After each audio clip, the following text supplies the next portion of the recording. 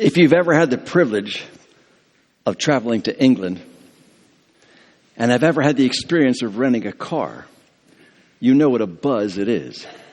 It is, of course, because they drive on the left hand of the road instead of the right. When you come to a corner and you turn left, you need to hug the curb rather than to go make a wide sweep. When you come to turn right, you need to make a wide sweep rather than hug the curve. It is totally counterintuitive, and you need to talk yourself into it at every juncture for a little while until you get it down. Now, Christianity is somewhat like that for us humans. That is much about what Jesus taught and what the Bible says about how to live is counterintuitive. It's the opposite of the way we think. We tend to think that the way to make sure we have enough in this life is to hoard everything we have. Jesus says, give, and it will be given to you. And so our passage today in Matthew chapter 16 is another one of those passages that is totally the opposite of the way we tend to think. It is counterintuitive. We're reading from Matthew 16, starting with verse 24. Jesus has just recently told his disciples, to their great chagrin, that he is going to go to Jerusalem, suffer many things at the hands of the leaders, and be put to death, and then rise again. Matthew 16:24. Then Jesus said to his disciples, if anyone would come after me, he must deny himself and take up his cross and follow me. For whoever wants to save his life will lose it.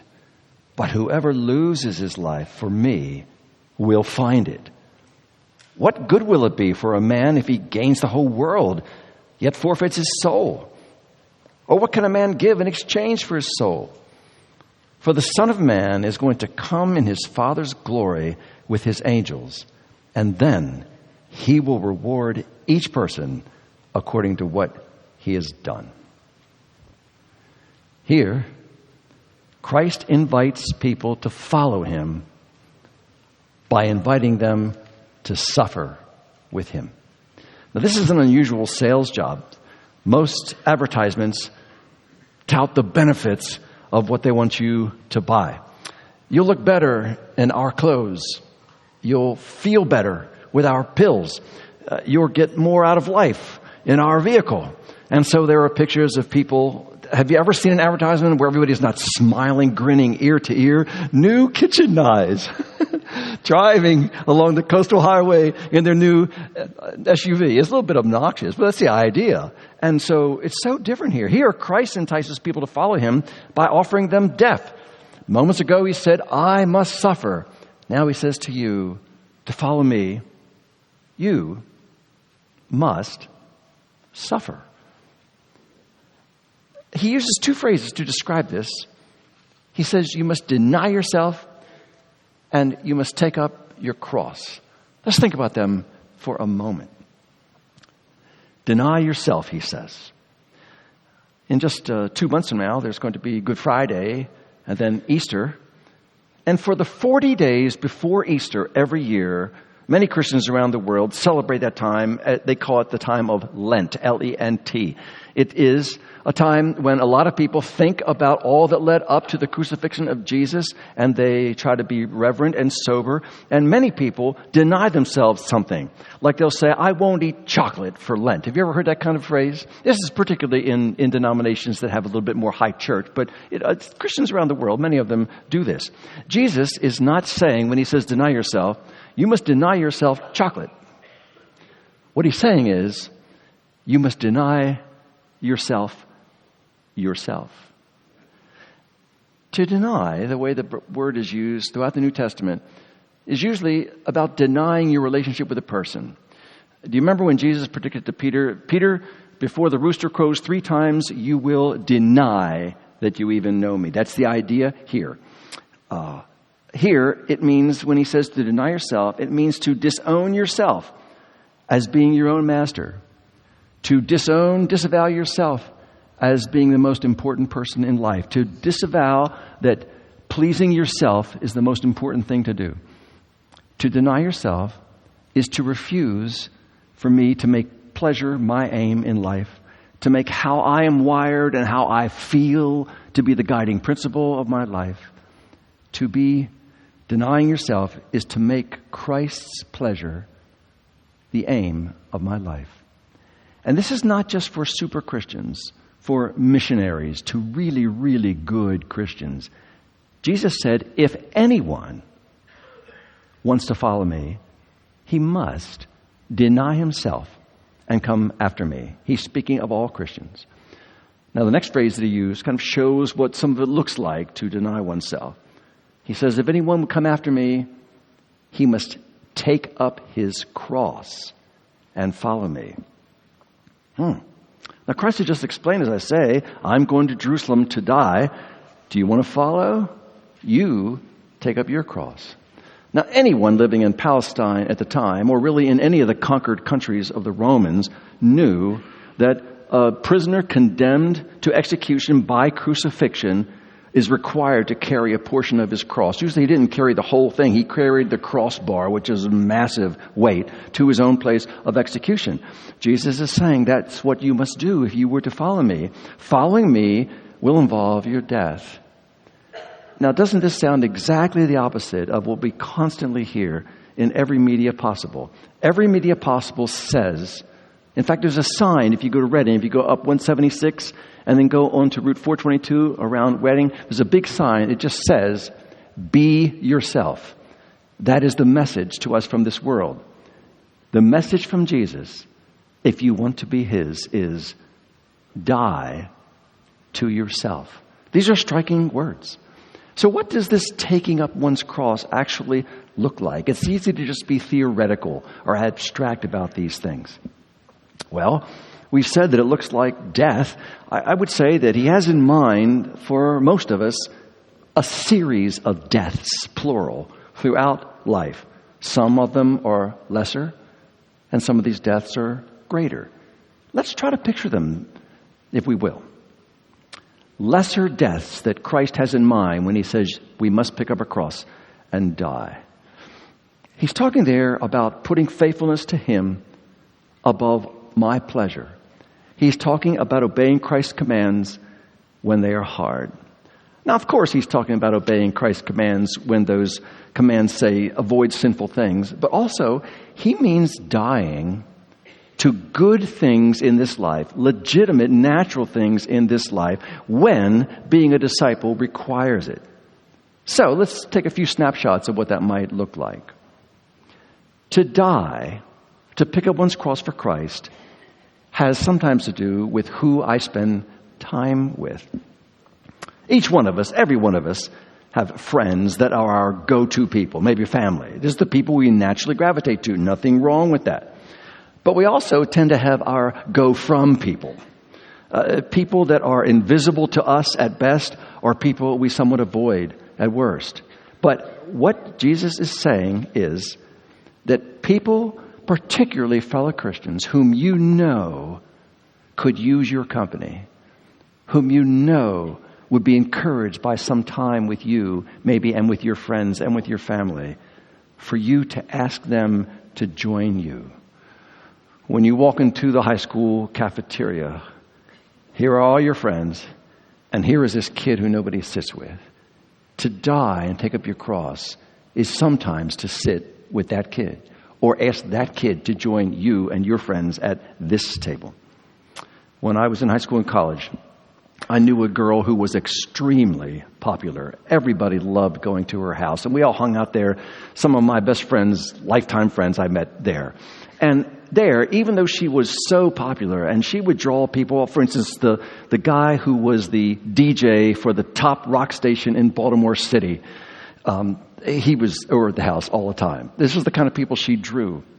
And yet, almost always, at her house, there were one or two people who were really on the fringes. I'm thinking of a girl in particular who was extraordinarily plain. She was not lovely in any sense, and her personality was so withdrawn that it wasn't like a conversation with her was easy. But this girl who was a Christian, and who was so very popular, she drew people like that in. And when the other girl was in the room, she would draw that girl into the conversation And we all learned to draw that girl into the conversation because of watching our friend who was so popular. This is the kind of thing Jesus means when he says, pick up your cross and die, because it involves a little death to what you are naturally drawn to do. Another picture I think he has in mind when he talks about dying has to do with your privacy. I like being alone, you might say. I'm not drawn to being with people. I can relate to that. I had only one sister. She was 3 years older than I. Our interests were different. Our friends were different. And so I learned growing up to be alone a great deal. And I liked it. I loved it, as a matter of fact. And yet, I would say that being alone is often a primary form of selfishness. And what Jesus says is, I need to die if I'm a privacy addict by opening my life at times to others and interacting with them when I'd rather just be in focus. What does Jesus mean when he says, to follow me, you must pick up your cross and die? I think an example is it involves keeping your word when you promise something that turns out to be far more costly than you envisioned when you promised it. I'm thinking of a young couple in our church. There was a young couple in our church, there's a young couple in our church, who needed to buy a car. And so they found a man who was willing to sell them his car, and they had a handshake agreement. Yes, we'll buy your car. Immediately after that time, but before they had actually paid the money, another family in this church offered to give them a car. I can tell you, I saw it. It was a nice car. The young couple declined to take it because they had shaken hands with someone and say, we will buy your car. This is the kind of rubber meets the road thing that Jesus is talking about when he says, pick up your cross and die, because there was an unexpected cost to what they did. Just to give one more example, to die is to risk disapproval. It surely has struck you that crucifixion was not only the most painful death possible in that time, but it was the most disgraceful death. You were crucified naked. It was public. It wasn't getting your head chopped off in a dungeon somewhere hidden from public view. And so to die to yourself, part of what it means is to go public with your belief in Jesus. To not be ashamed to speak his name to other people whom you know could not care less about him and probably roll their eyes when they think about him. These are the kinds of things Jesus means when he says deny ourselves and take up our cross. They are some of the, I'll call them lesser deaths that Jesus asks of us. But it's not just lesser deaths, particularly in other countries and maybe someday in our country. He's talking about greater deaths. Omar is a man who lives in Bangladesh, just next to India. Bangladesh is Muslim. Omar was Muslim. He had never met a Christian. He knew of no Christian churches. One day he's sitting in a park. A man came up to him, gave him a pamphlet. He read that pamphlet about Jesus Christ, and within no time he believed. As he began to express this, his brothers and his parents became angry, and finally they disowned them. You are not our child. You are not our brother. And they kicked him out of the house, and he had to live with friends. While he's living with a friend, he's working cleaning buses. And to his fellow cleaners and to the passengers of those buses, he would share the gospel. Many people listened, very few people believed, and he began to learn that following Jesus meant following a crucified Jesus. When he was talking to various people about the gospel, there was a fundamentalist Muslim who said, would you mind coming and sharing what you're sharing with a group of my friends and me? Yes, I will. And so he came. He brought his Bible, and he brought a copy of the Quran. And he showed how the Bible and the Quran gave totally different pictures of who Jesus Christ was. And he said that he believed in Jesus Christ. One of the Islamists in the group took the Quran from his hand, not the Bible, and tore it up onto the floor. He was shocked. He later learned why the man did that, because the next day the police showed at his door and arrested him for desecrating a Quran by tearing it up, which of course he did not do. When he explained what had really happened, the police disbelieved his story, and he was taken to a dark room, and for 4 days he was blindfolded and tortured. He was beaten with batons. His hands were tied behind his back to his ankles, and then he was hung upside down. He was given no water. It was horrific.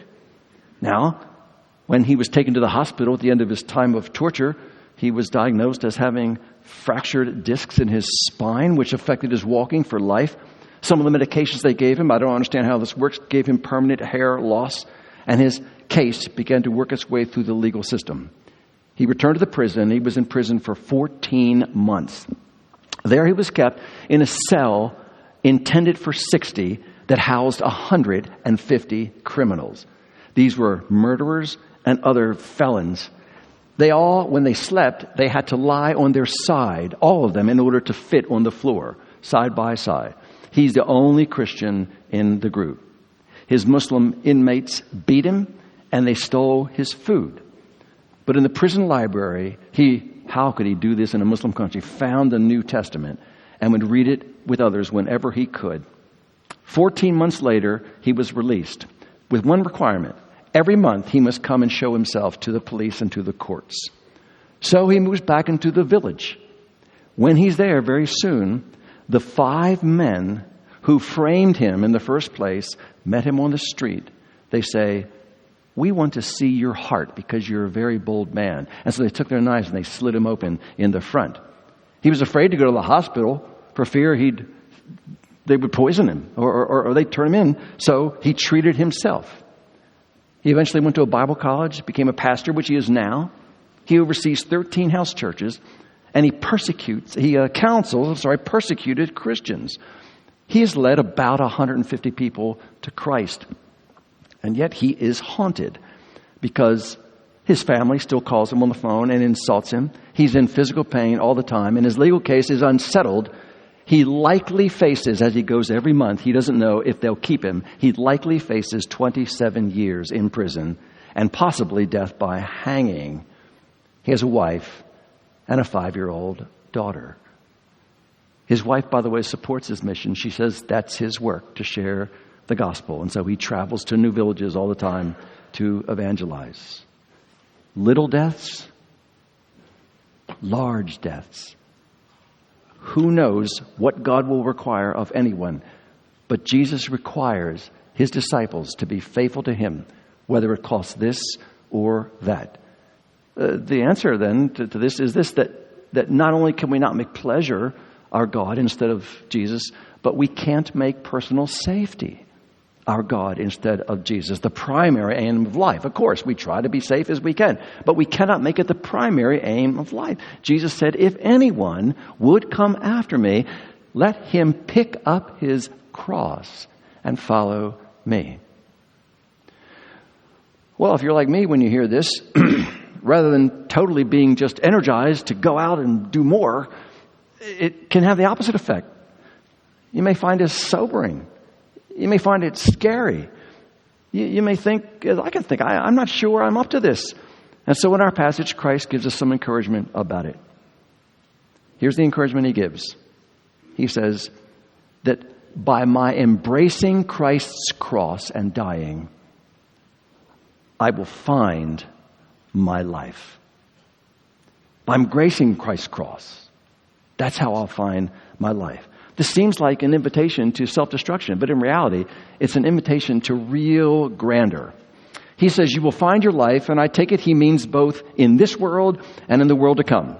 Let's think about that. You, as you die, little deaths, maybe one day a large one, in following Jesus, you will find your life in this world. One writer put it this way. He says, the common belief is that the happiest person in the world is the one who possesses the most. But he says, really, the one who is happiest is the one who himself is possessed by Christ. And Christ gives that person some joys, Some of those joys are spiritual, and some of them are just secular and everyday.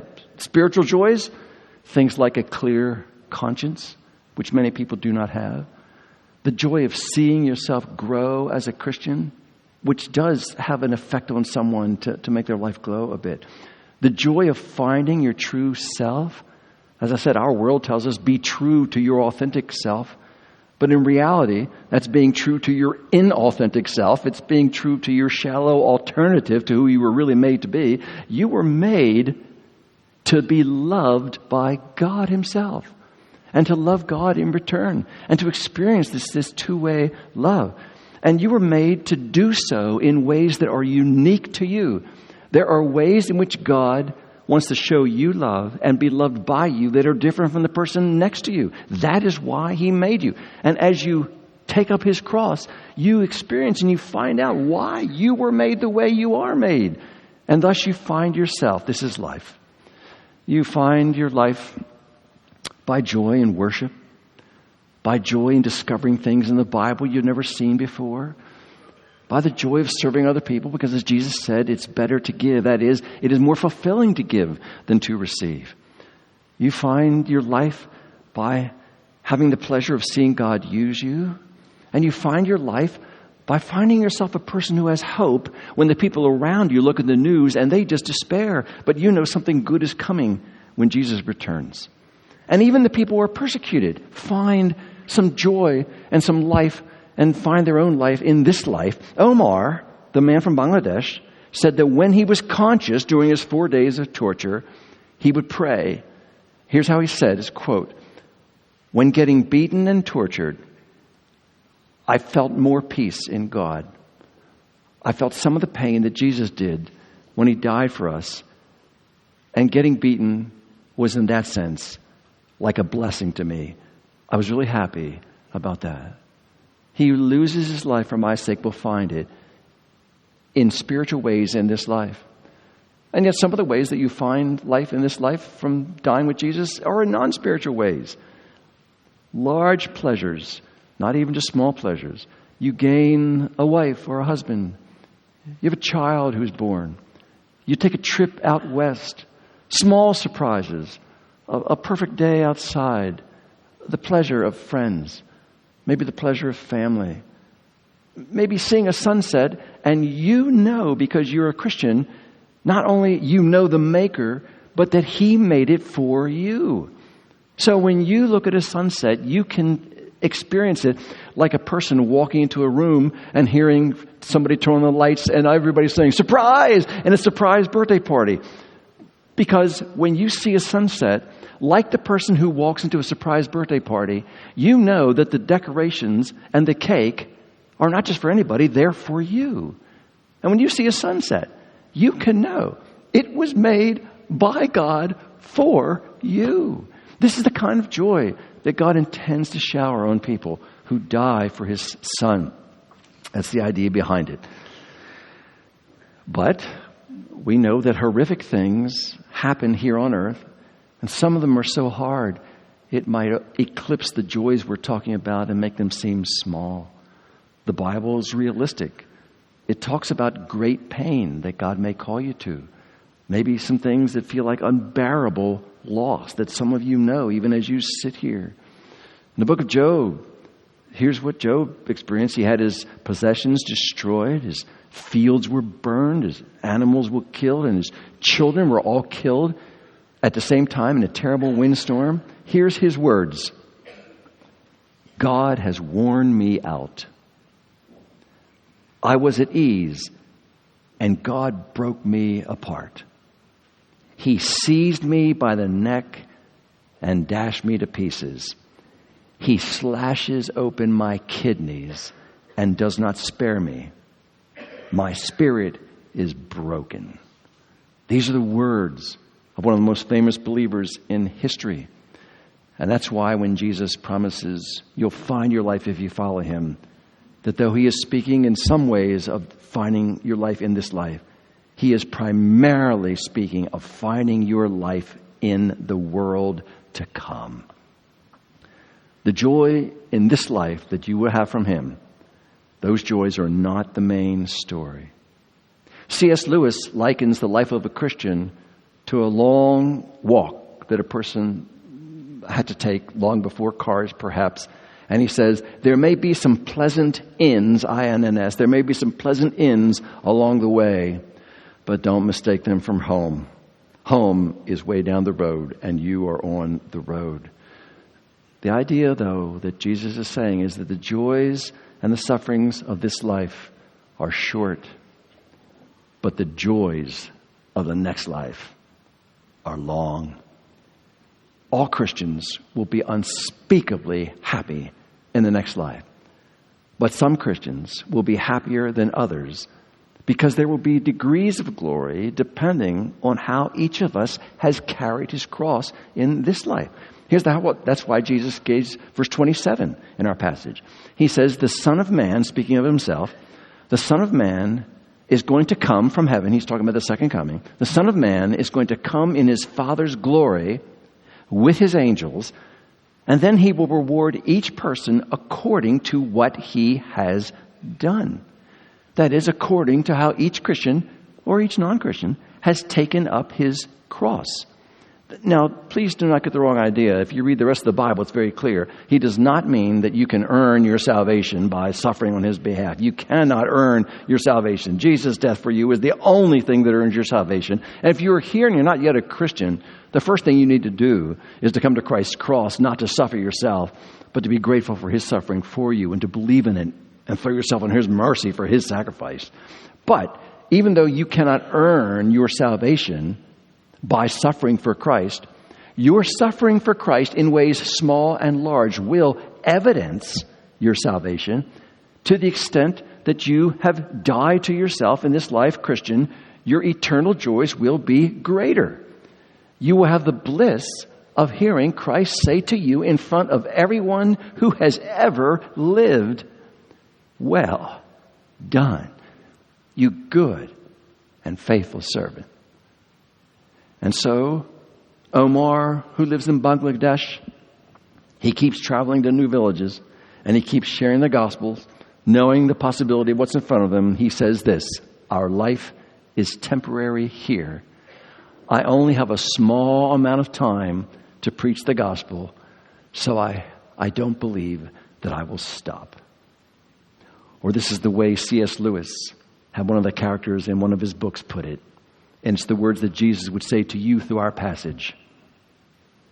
Die before you die. Die while you still live and have time to die on his behalf. So that's the positive side. You will find your life if you pick up your cross for Christ. But Jesus, I think primarily too, emphasizes a negative side here. And the negative side is this. It's a warning. By refusing Christ's cross, I will lose my life, Jesus says. By refusing to pick up my cross and follow him, I will lose my life. Christ's term for avoid carrying the cross is he who saves his life will lose it. A person who saves his life is a person who resists the notion that I must suffer or die in any way for Christ. And Jesus says in verse 25, whoever wants to save his life will lose it.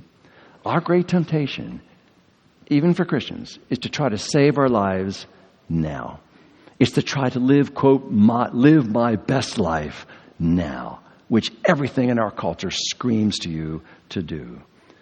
To save one's life is to live life mainly for your own self, for your ease, for your own comfort, for your fun, to seek popularity and prestige and success as your primary goals, to make financial success the big thing in life, or make health the primary object, to see your earthly life as your greatest good. That's what it means when Jesus says those who try to save their lives are going to really lose out. And it could be a literal try to saving your life. That is to always avoid any kind of physical danger, even if it meant denying Christ to do it. He's saying that if we were to live in a country where they burst through the back doors right now in this service, they lined us up against the wall, and one by one they put a gun to your head and said, are you a follower of Jesus Christ, or will you renounce him? Jesus says at that moment, you must not save your life or you will lose it eternally. To lose one's life begins in this world, but it ends in the next. Isaiah begins in this world when Jesus said, whoever loses life will lose it, because some people, not all, feel the loss of not being Christ right here in this life. They feel it because, well, a selfish person is usually a miserable person. Things can never be perfect enough. Life concocts endless disappointments, and so a person who's living for it now feels it slipping through their fingers like sand. You see this if you've ever walked through a casino. If you ever walk the length of a casino, and I hope if you do it, you do in order to see who's there and not to stay. If you ever walk the length of a casino, you will rarely, if ever, see anybody smiling like they do in the advertisements. You just see one dead, bland face after another. It's a staggering. I've never seen so many dead-looking people in my life gathered in one place as in a casino. That's the idea. They're trying to save their lives, and they're losing it. But Christ is mainly not talking about losing your life in this life. He's mainly talking about losing your life in the next life by refusing his cross in this life. Whoever wants to save his life will lose it, he says. And it is mysterious to me why almost all English translations, almost all, I was only able to check a few, but the few that were readily at hand this week, translated, whoever wants to save his life will lose it. It's much stronger than that. He says, whoever wants to save his life will destroy his life. That's exactly what he said. The reason is that you can't make this earthly life last forever. And so to focus on it as the highest good, by that very act, you will forfeit life in heaven. That's what he's saying. Jesus says, verse 26, what good will it be for a man if he gains the whole world and yet forfeits his soul? That word gain is a business term. What gain, what profit will it be to gain the whole world and lose your own soul? That is, if you could gain all the world could offer, if you could enjoy athletic success and intellectual achievements, if you could have the house you want, the school you want, the marriage you want, if you could have the career that you crave, the money you deserve, if you could have the prestige and the friends and the fame that you wish, if you could have the peace of being left alone by everybody for the rest of your lives, to make happiness your primary aim is the one way to be sure to lose all your happiness forever. What good, Jesus says, would it be to lose one's own soul at the end of it? Or as Luke puts it, to lose one's very self. Lose is a business term here. Here it means you'll be ruined. You just be here a few years and then die and then go to eternal misery. Here's what Plummer said. What worth are possessions once the possessor perishes? A. Alexander put it this way. What are enjoyments once there is no one to enjoy them? If the man himself is lost. And Jesus ends this little passage in verse 27 by pressing this point poignantly. He says, what can a man give? Verse 27. What can a man give in exchange for his soul? The idea is this. He's picturing a man at the final judgment. The man realizes, oh no, I have lost my life forever. And then his mind scrambles at what kind of bargain, what kind of deal can he make? What kind of last minute exchange can he give to buy back his soul? And Jesus says, if you had the whole world, you could not buy back your soul. Your soul is of infinite value. The world is just of finite value if you could get it all, and nobody can get it all.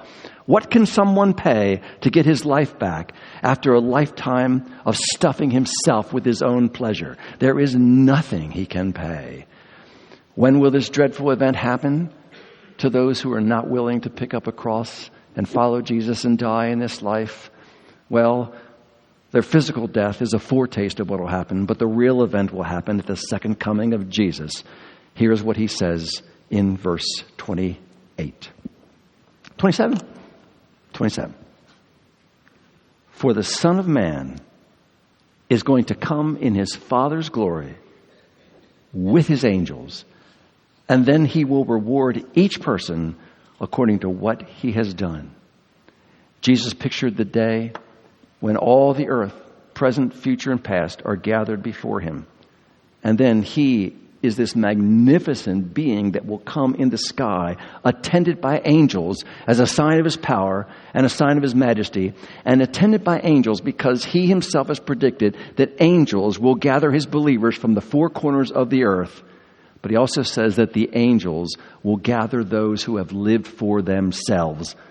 He says this in Matthew 13:41. The Son of Man will send out his angels, and they will weed out of his garden all who do evil. Imagine at the end of time, angels going through all humanity who have ever lived, and they pick the people who have refused to in any way pick up a cross of Christ and suffer with him as his disciple. And they will be considered as weeds to be taken out from the valuable crop and put over here and forced to stand before Christ's throne. He says, and then the Son of Man will reward each one according to what he has done. Those who are Christ's, of course, will be covered by the blood of Jesus, and then the amount of their happiness will be according to how they have lived. And those who are not Christ's will just get straight one-for-one justice. They will be rewarded according to what they have done. If I have spent my life, quote, saving my life, I will forfeit my soul, and I will be conscious of it eternally in hell. Jesus says to you this day, if anyone would come after me, let him deny himself and pick up his cross and follow me. Shall we bow our heads and think about that? And now for the benediction. The grace of the Lord Jesus Christ and the love of God and the fellowship of the Spirit be with you all. Amen. God bless you.